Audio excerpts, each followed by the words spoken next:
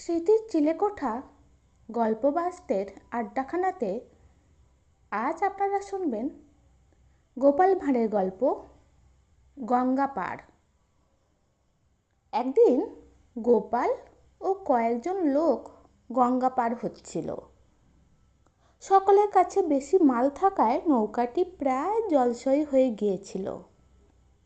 মাঝে মাঝে কাত হয়ে নৌকায় জল ঢুকছিল। লোকও বেশি হয়েছিল, মাছও ছিল সেই নৌকায় প্রচুর।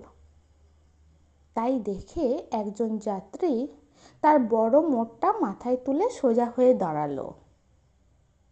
গোপাল জিজ্ঞাসা করলো, সে মাথার ওপর মাল তুলে দাঁড়িয়েছে কেন?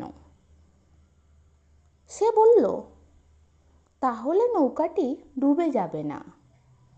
সকলে নৌকা থেকে মোট মাথায় তুলে ধরলে নৌকাটার ওজন কমে যাবে, আর জলডুবি থেকে নৌকার সঙ্গে আমাদের জান আর সম্মান বাঁচবে।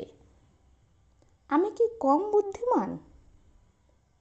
গোপাল লোকটির বুদ্ধির বহর দেখে না হেসে পারল না এই আহাম্মক লোকটার কথা শুনে। কেমন লাগলো আজকের গল্পটা শুনতে?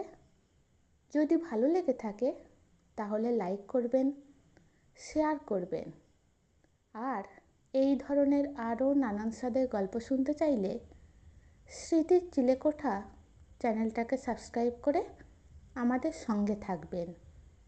ভালো থাকবেন।